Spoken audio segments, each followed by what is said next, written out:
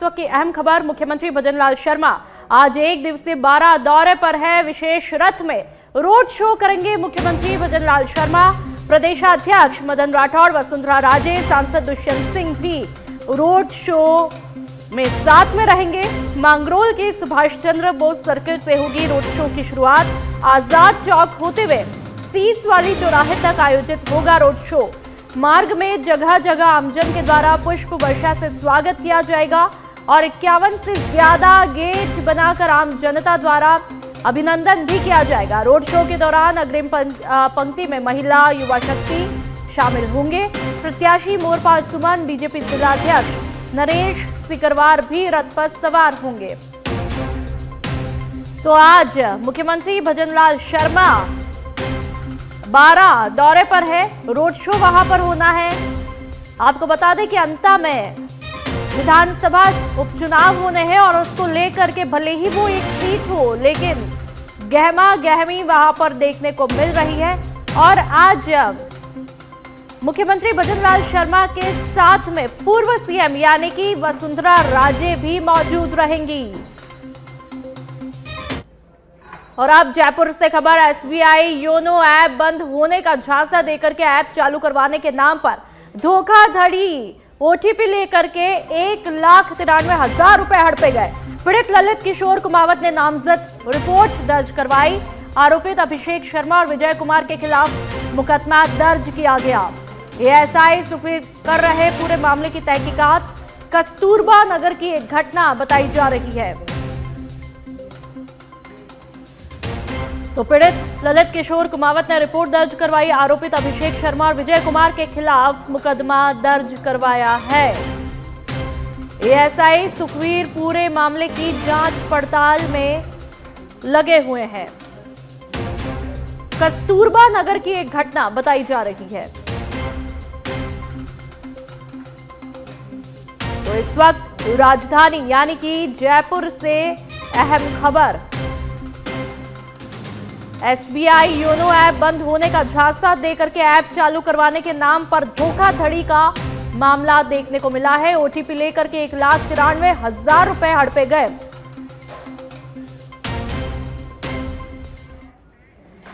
और राजधानी से एक और खबर, राह चलती बुजुर्ग महिला के साथ में वारदात होती है। स्कूटी सवार बदमाश ने महिला के से पर्स छीना है। 68 साल की पीड़िता शशिबाला जौहरी ने श्यामनगर थाने में रिपोर्ट दर्ज करवाई। दिशा स्कूल के पास निर्माण नगर सी की घटना है। एएसआई अजीत कुमार सीसीटीवी पड़ताल से पूरी जांच पड़ताल कर रहे हैं। तो 68 साल की महिला से पर्स चोरों ने छीना है। और हैरानी की बात यह है कि यहाँ पर जो ये चोर है वो इतने ज्यादा बेशर्म है कि महिला की उम्र का लिहाज तक नहीं करते हैं और अपने मंसूबों को अंजाम देने में लगे रहते हैं। अब पुलिस पूरे मामले की जांच पड़ताल कर रही है, सीसीटीवी से पड़ताल कर रही है कि आखिरकार ये चोर कौन थे, क्या ये पूरा गिरोह है। ये हर एंगल से जांच पड़ताल की जा रही है। राजधानी जयपुर से एक और खबर, सेंट्रल जेल बना सुविधाओं का अड्डा। तलाशी दौरान फिर मिला मोबाइल। तलाशी के दौरान एक बार फिर से मोबाइल मिला है। वार्ड नंबर 3 बैरक 1 में लावारिस मोबाइल रियलमी कंपनी माई सिम का मिला है। जेल प्रहरी राजेंद्र प्रसाद मीणा ने लाल कोठी थाने में रिपोर्ट दर्ज करवाई। एएसआई मनोज कुमार को सौंपी गई है जांच। एक बार फिर से जेल में मोबाइल मिलने की घटना देखने को मिल रही है। सुरक्षा व्यवस्था पर बड़ा सवाल यहाँ पर कि आखिरकार जेल के अंदर कैदियों के पास में मोबाइल कैसे पहुंच रहे हैं, कौन पहुंचा रहा है। और लगातार, एक बार नहीं, लगातार इस तरह की घटना देखने को मिल रही है। और ऐसे में अब एएसआई मनोज कुमार को ये पूरी जांच सौंप दी गई है। जाहिर सी बात है, जांच पड़ताल होगी तो खुलासा हर एंगल से होगा कि आखिरकार सेंट्रल जेल सुविधाओं का अड्डा कैसे बन चुका है।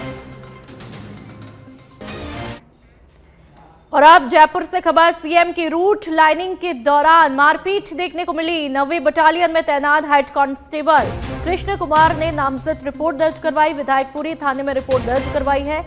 आरोपित मनोज सहित अन्य के खिलाफ मुकदमा दर्ज।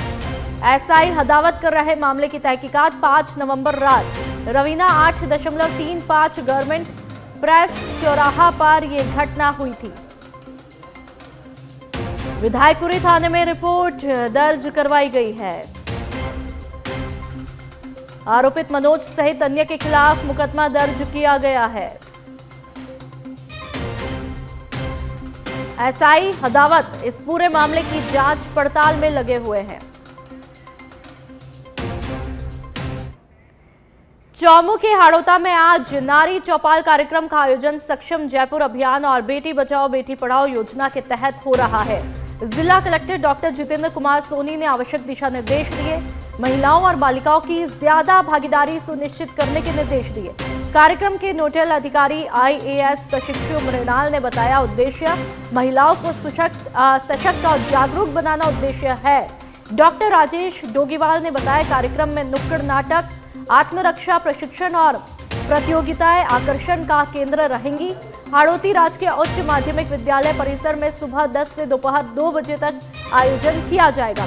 कार्यक्रम में महिला और बाल विकास, चिकित्सा, शिक्षा, पुलिस और सामाजिक न्याय विभागों के अधिकारी भी सीधा संवाद करेंगे। महिलाओं को योजनाओं की जानकारी, प्रेरणादायक कहानियां और मौके पर सहायता काउंटर की सुविधा भी दी जाएगी।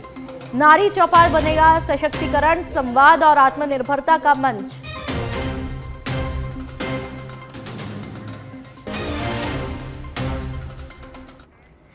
जयपुर से एक और खबर। कर्मचारी चयन बोर्ड की परिचालक भर्ती आज है। 500 पदों के लिए आज होगी परिचालक भर्ती परीक्षा। प्रदेश के 14 जिलों में आयोजित होगी परीक्षा। सुबह 11 से दोपहर 1 बजे तक होगी ये परीक्षा। 14 जिलों के 370 परीक्षा केंद्रों पर 1.08 लाख अभ्यर्थी परीक्षा में शामिल होंगे। जयपुर में 99 परीक्षा केंद्रों पर 30,408 अभ्यर्थी शामिल होंगे। तो आज परिचालक भर्ती परीक्षा हो रही है। एक पारी में ये परीक्षा आयोजित की जा रही है। समय दोपहर 11 से 1 बजे तक ये रहेगा और ऐसे में तकरीबन 14 जिलों में ये परीक्षा आयोजित की जा रही है। 370 परीक्षा केंद्र हैं। जयपुर में 99 परीक्षा केंद्रों पर 30,408 अभ्यर्थी शामिल होंगे। राजधानी से अहम खबर, परिचालक भर्ती परीक्षा को लेकर के तमाम तैयारियां पूरी की गई है। शाहबाद वन क्षेत्र में इन दिनों पैंथर की लगातार गतिविधियां देखी जा रही है, जिससे इलाके में दहशत का माहौल है। बताया जा रहा है कि पैंथर कई बार नेशनल हाईवे 27 से गुजरने वाले वाहन चालकों पर हमला भी कर चुका है। लोगों ने सरकार से शाहबाद इलाके को जल्द ही सेंचुरी घोषित करने की मांग की है। आज भी शाहबाद कस्बे के मॉडल स्कूल की बाउंड्री वॉल पर एक पैंथर दिखाई दिया। उसे देखने के लिए बड़ी संख्या में लोग मौके पर पहुंचे। वन कर्मियों ने तुरंत मौके पर पहुंचकर भीड़ को हटाया और सुरक्षा व्यवस्था संभाली। आप ये वीडियो देख लीजिए और देखिए कि किस तरह से स्कूल की बाउंड्री वॉल पर यह पैंथर आ जाता है और ऐसे में वहां पर लोगों में डर का माहौल है। लगातार ये डिमांड की जा रही है कि भाई आप इस एरिया को सेंचुरी घोषित करें, क्योंकि लगातार यहाँ पर पैंथर की आवाजाही है। स्कूल यहाँ पर बना हुआ है, ऐसे में जाहिर सी बात है, चाहे बच्चे हो, टीचर्स हो, कोई भी हो, उनके लिए सुरक्षा के लिए खतरा बना रहता है। और अब बीकानेर की बड़ी खबर, जहां पर कृषि मंत्री किरोड़ी लाल मीणा देर रात बीकानेर पहुंचे। बायोडीजल फैक्ट्री पर छापा मारा है। नापासर इलाके में 1.5 लाख लीटर इंडस्ट्रियल ऑयल पकड़ा है। बायोडीजल के नाम से ये डीजल बेचा जा रहा था। फैक्ट्री मालिक से 15 लाख का कैश भी मिला है। सूरत से आता है ऑयल, रोजाना 50 लाख की कमाई। मंत्री मीणा ने संभागीय आयुक्त और कलेक्टर को अधिकारियों से जांच टीम भेजने को कह दिया है।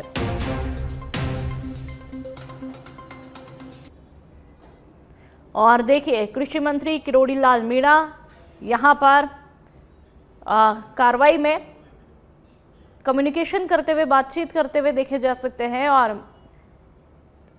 इंडस्ट्रियल ऑयल यहां पर पकड़ाया है।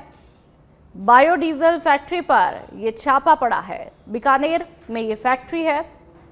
1.5 लाख लीटर इंडस्ट्रियल ऑयल यहां पर पकड़ा गया है। और देर रात कृषि मंत्री किरोड़ी लाल मीणा बीकानेर पहुंच जाते हैं।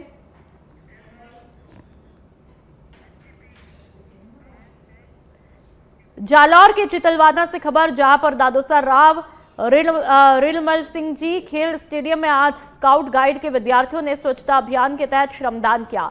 इस दौरान सरपंच प्रतिनिधि जगदीश गुदारा भी विद्यार्थियों के साथ में मौजूद रहे और श्रमदान में भाग लिया।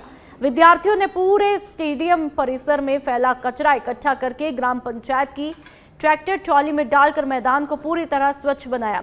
इस मौके पर जगदीश गुदारा ने कहा कि श्रमदान ही सच्ची सेवा है और ऐसे कामों से समाज में स्वच्छता और सेवा की भावना मजबूत होती है।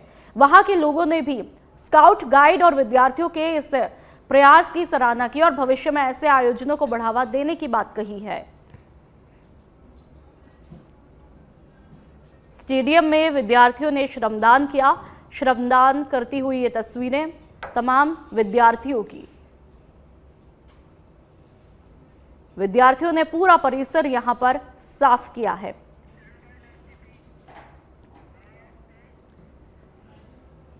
और अब सिरोही के रेवदर की बात करेंगे, जहां पर कृषि कुएं पर संदिग्ध पदार्थ मिलने से जुड़ी खबर है। एमडीएम जैसे नशीले पदार्थ होने की आशंका जताई जा रही है।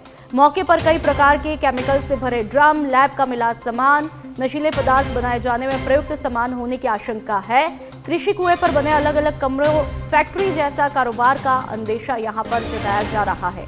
नारकोटिक्स टीम ने मौके के करीब 90 से ज्यादा उपकरणों को जब्त किया। आज पूरे मामले का खुलासा होने का अंदेशा भी है।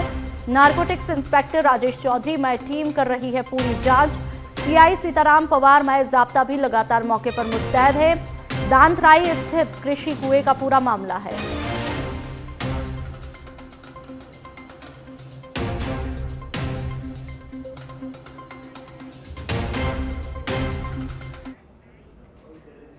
और आप टोंक के उनियारा की बात करेंगे, जहां पर नगर रोड से गणितिया ढाणी तक सड़क के हाल बेहाल है। इस खस्ता हाल सड़क पर जगह जगह गड्ढे हैं। सड़क से डामरीकरण का नामो निशान यहां पर मिटता जा रहा है। वाहन चालकों को भारी परेशानियों का सामना यहां पर करना पड़ता है। सड़क पर दुर्घटना का लगातार अंदेशा भी बना रहता है। जिम्मेदारों को अवगत कराने के बाद भी सुध लेने की जद्दोजहद यहां पर नहीं उठा रहे हैं। तो सड़क से डामरीकरण का नामो निशान यहां पर हटता जा रहा है। ये तस्वीरें आप देख लीजिए। और अब खबर कोटा से, जहां पर पीपलदा विधानसभा क्षेत्र में बेमौसम बारिश और अतिवृष्टि से फसल खराबे के मुआवजे और बीमा क्लेम की मांग को लेकर के पिछले 7 दिनों से चल रहा धरना बुधवार देर रात समझौते के बाद में खत्म हुआ है। वार्ता के बाद में विधायक चेतन पटेल ने आमरण अनशन तोड़ा। कार्यकर्ताओं ने उन्हें जूस पिलाकर अनशन खत्म करवाया। विधायक पटेल और प्रशासन के बीच हुई वार्ता में 1.5 महीने के अंदर किसानों को मुआवजा और फसल बीमा क्लेम दिलाने पर सहमति बनी।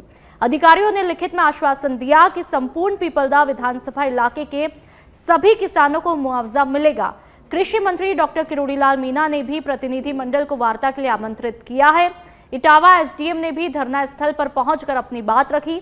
समझौते के बाद में विधायक पटेल ने आंदोलन और गुरुवार को प्रस्तावित महापंचायत दोनों को निरस्त करने की घोषणा की है।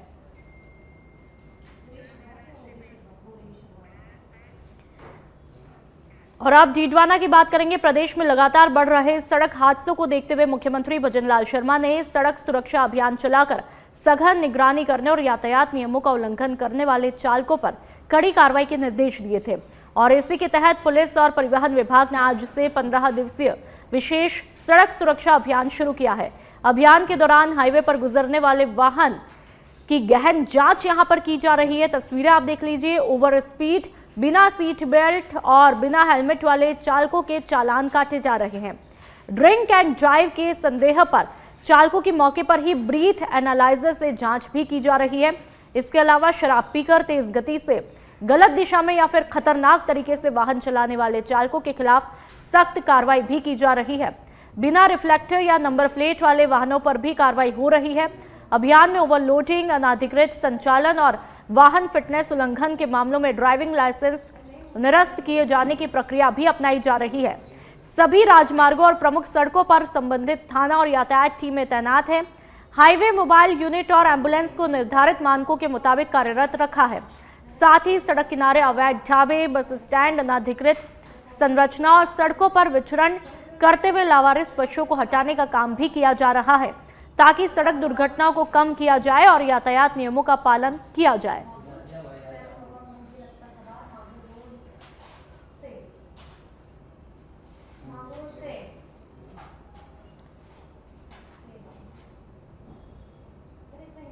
तो जिले भर में खासा नाकाबंदी की जा रही है, चेकिंग की जा रही है। बिहार विधानसभा चुनाव के पहले चरण का मतदान आज है। पहले चरण में 18 जिले की 121 सीटों पर मतदान हो रहा है। सुबह 7 बजे से वोटिंग शुरू हो चुकी है। मतदान को लेकर के सुरक्षा के कड़े इंतजामात है। मतदाताओं में वोटिंग को लेकर के जबरदस्त उत्साह देखने को मिल रहा है।